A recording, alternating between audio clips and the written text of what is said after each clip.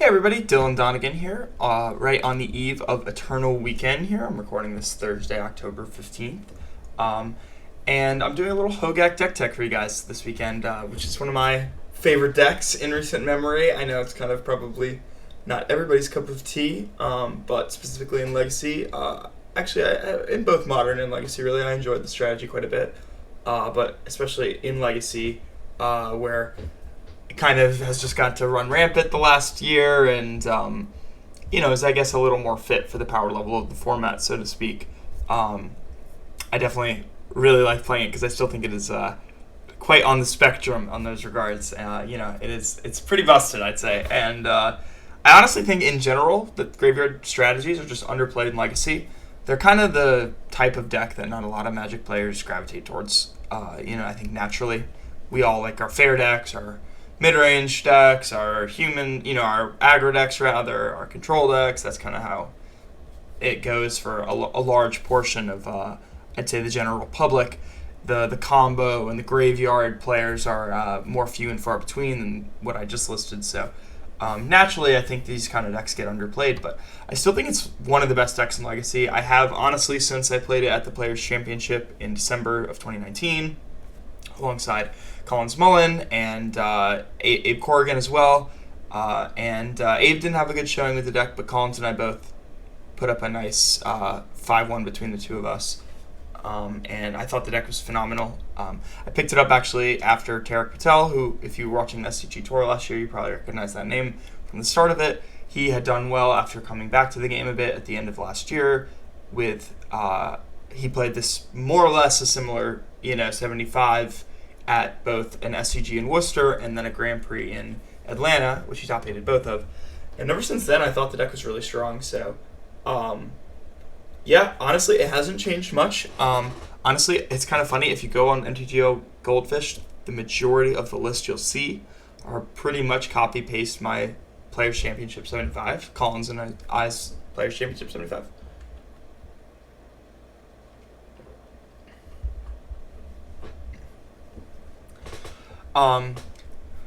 Which is pretty nice, and I think that we did pretty much get it right in terms of the overall specific construction of the deck. But I have actually changed a few things since then, so I just wanted to break down the deck and then talk about the few changes I have made, even if it is just a few. So, first of all, mana base wise, just starting out, you have 11 fetch lands. They're very critical to the deck, both for Delve and for Hedron Crab. And Bloodghast, of course, all of these play into effect a lot, and you certainly want to have as many as possible, more or less. You have 8 green ones because you want to be able to fetch Dryad Arbor as much as possible, which is an inclusion in the deck that we were pretty sold on. I remember it was one that was kind of up in the air in Modern, but I thought was actually very good by the end of the format. And it wasn't in every list that we saw, I remember, leading up to the Players' Championship, but once we put it in our deck, which I believe we saw from Simon Nielsen, we never looked back, and I would never play without it either. It's insane. And for a while, I would cut it in a lot of sideboard games, and just regret it all the time, so, like, in testing leading up to the first event. So, definitely a very important inclusion there. So we have 8 green fetch lands between Verdant and Misty's, even though the Misty's, we'd prefer black fetch lands in general, but of course the Arbor is more important than the basic swamp.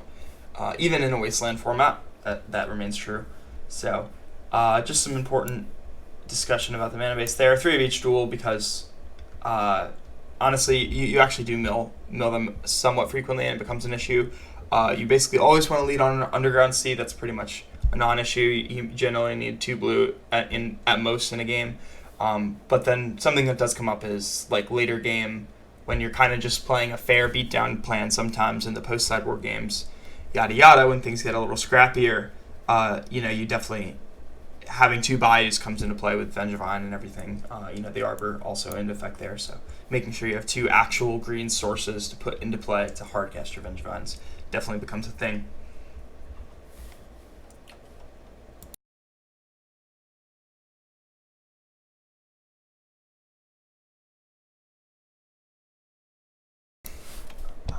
So anyways, moving on from the mana base, we have the initial enablers, which are honestly, these are the best cards in the deck in terms of they're all kind of worth more than one magic card. Aside from Altar, this pretty much remains true when these are in your opening hand all the time, you know, where Careful Study's worth 2-3 cards sometimes, depending on what you're ditching. Maybe even 4. You know, Hedron Crab can, I mean, it can be 6 or 12, you know, I mean, depending on the mills, obviously 12's outlandish, but, you know, it can really generate 4 to 5 cards worth of value all by itself, along with Citrus Supplier as well, you know, does some good work if you mill a Therapy, if you mill a Bridge, yada yada, enabling Hogaak, of course. So these are all kind of worth more than one card in your opening hand, and it's very critical to note because this deck, you really only play 2 to 3 turns a game, honestly. Like, you know, if you play 4, then the game ended on turn 3 when you put all the power into play, or turn 2, and by, you know, same if it's a turn prior. So you know, it's very critical how you sequence in the early turns, and because of that, also, you know, you shouldn't be afraid to mulligan to 5 consistently because you're looking for one of these cards, you know, because they generate so much value on a consistent basis. So something worth noting, you know, it's kind of very unlike a normal Magic deck in those regards, where it's like, yeah, Careful Study is just like draw 4 sometimes. So and Hedron Crab is going to be a recall in a lot of situations, so it's going to be worth it to mulligan to 5 to make sure I find one of those every single time. So, yeah, that's those are the enablers. You know, they all have their strengths and weaknesses. I would say some general sequencing tips in regards to those would be oftentimes you want a Careful Study first, you know, because you want to be able to double creature on turn 2 to make sure you're bringing back your Vengevines. Another reason for that as well, and also just in regards to Hedron Crab alone, is, you know, you might want to save your Hedron Crab till turn 2, or often you do, because you don't want to expose it to a turn 1 removal spell without being able to play a land first, in addition to, you know, having it be one of your 2 creatures for your Vengevines on those turns. So it's just some important little notes there.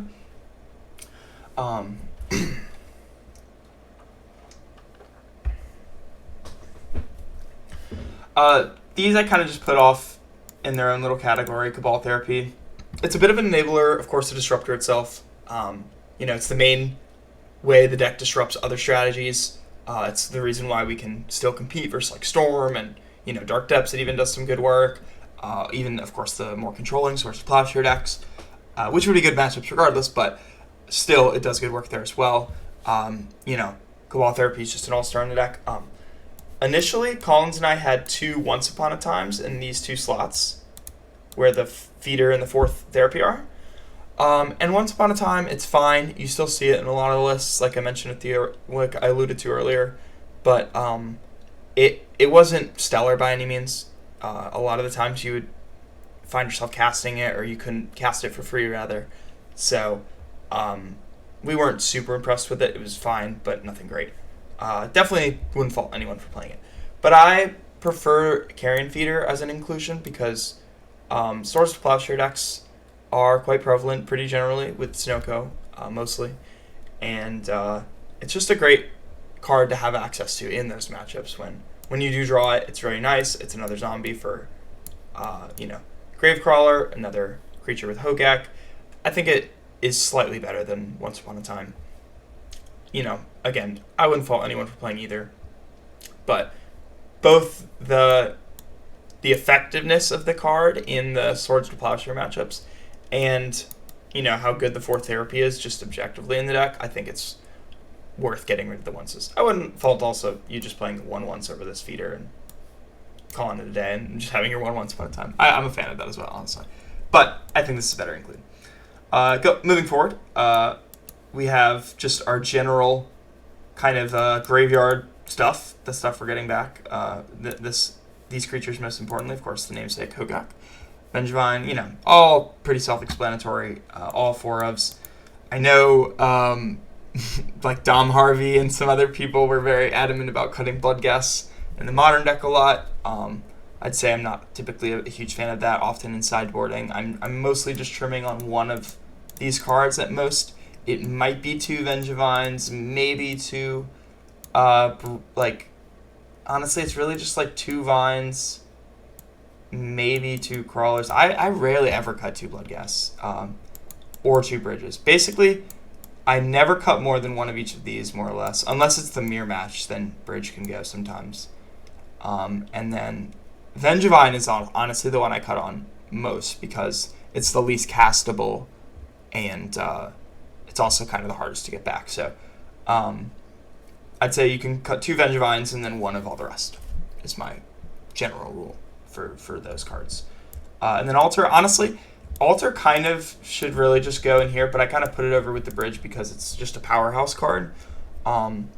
It's certainly, again, in your opening hand, worth more than a single card. Definitely, that's an important thing to take note of. I will honestly I would keep a 6-card hand that's 4 lands, as long as you have some fetch lands, maybe 1 to get an Arbor, Stitcher, Supplier, Altar of the. I would keep that 6-card hand every day of the week, because honestly, both those cards are just worth about 2 to 3 each. So, and what you can hit off the Stitcher Suppliers, you hit 1 Bloodghast, you get going with your fetch lands, you hit a Gravecrawler, that's a lot too, of course, with the Stitcher Supplier.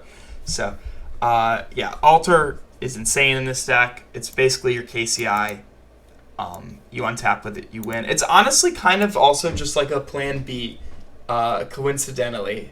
And also, like, in addition to basically being one of your main plans, it's also, like, subsequently a plan B because you can, just win all of a sudden out of nowhere with that card, even when you don't have much value going on itself. You might have a Gravecrawler and a Bloodghast and 2 fetch lands, but you draw your Altar and boom, boom, boom, boom, boom. There you go. You hit a bridge, and all of a sudden you're off to the races. So it really can just kind of be like an I win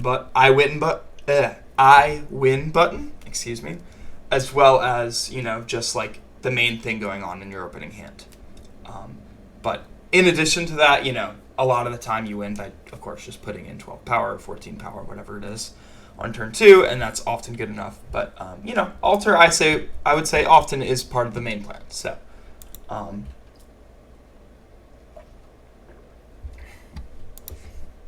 excuse me if that got a bit rambly, but yeah, these ones certainly generate more value with the synergies I described earlier. Get rebuying Gravecrawlers with bridge and Altar. Sometimes you can win a game by yourself with just these 3 cards with Carrion, or not Altar, but Carrion Feeder, bridge, and Gravecrawler, just zombie, zombie, zombie, zombie, and using each mana to generate a 2/2 every time. So, along with even just hitting Cabal Therapy or sacking Bloodghast to multiple times and getting it back with fetch lands, yada yada.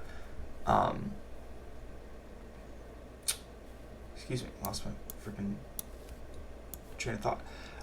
Anyways, moving on to the sideboard, I'd say that's about enough for what's going on with the main deck and the synergies and how the cards work and everything like that. Sideboard, pretty clear cut. 4 Leylines for the mirrors. I honestly have been kind of fluctuating on like where I lie on these. I played 3, I believe, in like the mock showcase event.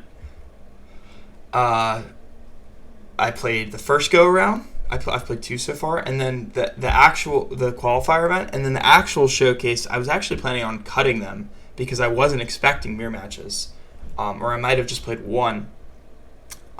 So I think you could kind of go without these in the current state of the format, but your sideboard really doesn't have a lot of utility, so it's kind of just I don't really think it's too worth it unless you're really targeting something. When I cut them, it was because I was targeting elves, which I thought would be a played deck and also theoretically the worst matchup by a mile. So I was basically cutting them for Dark Blast to try to combat elves. But in the general metagame, I'd say just keep them because they're just going to be better than whatever else you'd put in there. Force is the best answer for Leyline. Again, I actually trimmed down on 1 because really not a lot of decks play Leyline. It's just depths and some snow to my knowledge at the moment. So Force, still important, but I think you could potentially get away with cutting 1. We still have 2 trophies as well, so 5 total answers. Decay and Trophy, just kind of general answer stuff.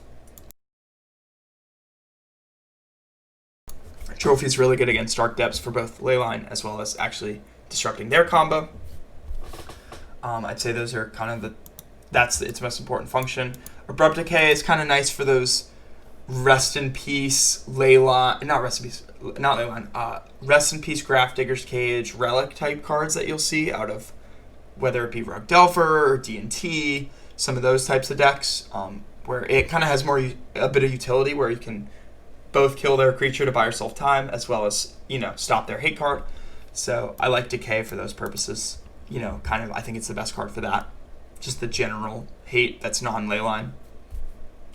And then our extra 1 mana cards here, we have 2 Fatal Push, which I could go with or without these. This could be 4th Force, 3rd Decay. It could be, honestly, really just those cards. I mean, maybe Dark Blast, but nobody plays Elves anymore. That's really all I'd consider, I'd say, at the moment. Thoughtseize is just extra disruption for stuff like Blackguard Reanimator, Belcher. I played against Painter recently. You can bring it in versus Snowco or D&T if you just want to make sure you're hitting Rest in Peace on the draw, stuff like that. If you know there is Rest in Peace, I think that's totally reasonable.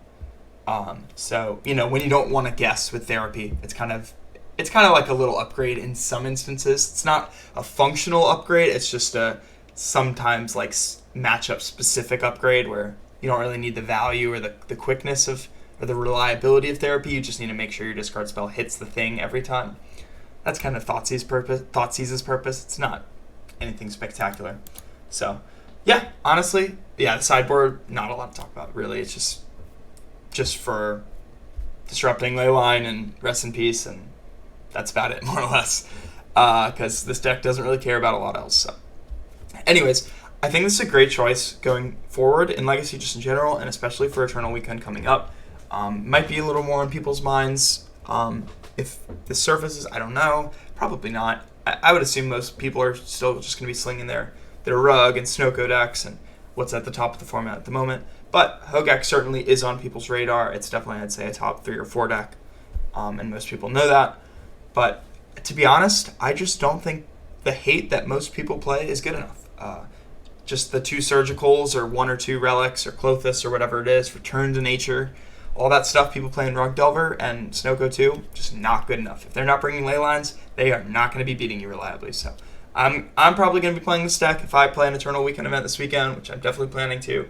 So this is going to be my 75, and I hope it suits you well. It has served me well over multiple events, and I love this deck. So good luck with the Dirty Gaak out there, and best of luck if you're playing Eternal Weekend as well. Thanks for subscribing. Peace.